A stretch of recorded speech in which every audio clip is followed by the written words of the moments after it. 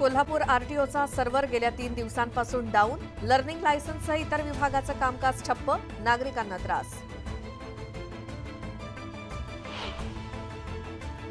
बुलढाण्यात सोयाबीनच्या भावात पुन्हा घट. उत्पादनात घट झाल्यानं लागवड खर्च निघत नसल्यानं शेतकरी त्रस्त.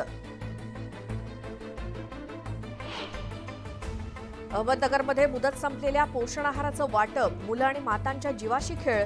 अंगणवाडी केंद्रावरती कारवाईची मागणी.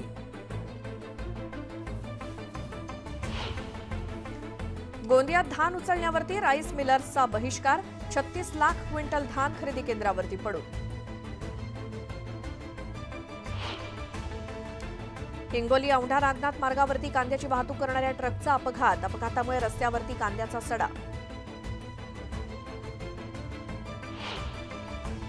वाशिममध्ये अकोला नांदेड महामार्गावरती भरधाव कारचा टायर फुटून भीषण अपघात. 4 जण गंभीर जखमी.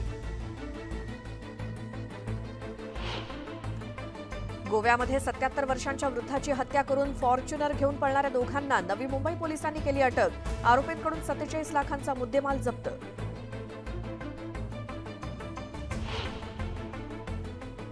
कोल्हापूरच्या इयत्ता 5वीतल्या विद्यार्थ्यांना घडणार इस्रोची सफर. महापालिका प्रशासकांच्या संकल्पनेतून विद्यार्थ्यांसाठी उपक्रम.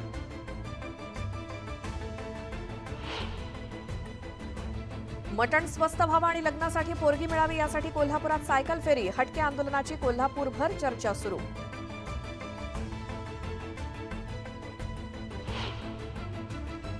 साताऱ्यातील नागठाणेमध्ये मिठाईच्या दुकानाला भीषण आग. आगीत दुकान जळून खाक.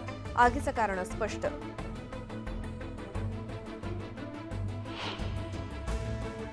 जालन्याचे नवे पोलीस अधीक्षक अजय कुमार बन्सल यांनी घेतली मनोज जरांगेंची भेट.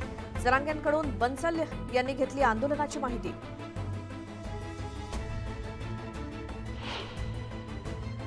हिंगोलीच्या रिसाला बाजार भागात असलेल्या अतिक्रमणावरती कारवाई. नगर परिषदेच्या पथकाकडून अतिक्रमणावर बुलडोझर.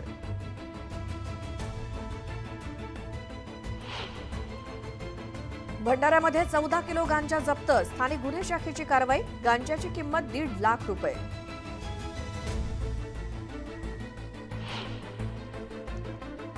युवतीला लग्नासाठी विचारल्यानं तरुणाला विटेनं बेदम मारहाण. भंडाऱ्याच्या पाथरी गावातली घटना. तिघांविरोधात गुन्हा दाखल. मध्य प्रदेशात हरदा इथे फटाक्यांच्या फॅक्टरीला आग. अग्निशमन दल घटनास्थळी दाखल. काही लोक अडकल्याची भीती.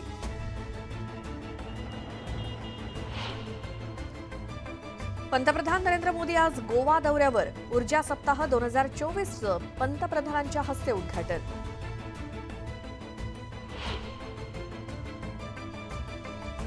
दिल्लीमध्ये आज सकाळपासून ईडीचं छापासत्र. अरविंद केजरीवालांच्या सचिवासह अनेक आपच्या नेत्यांच्या घरावरती ईडीचे छापे.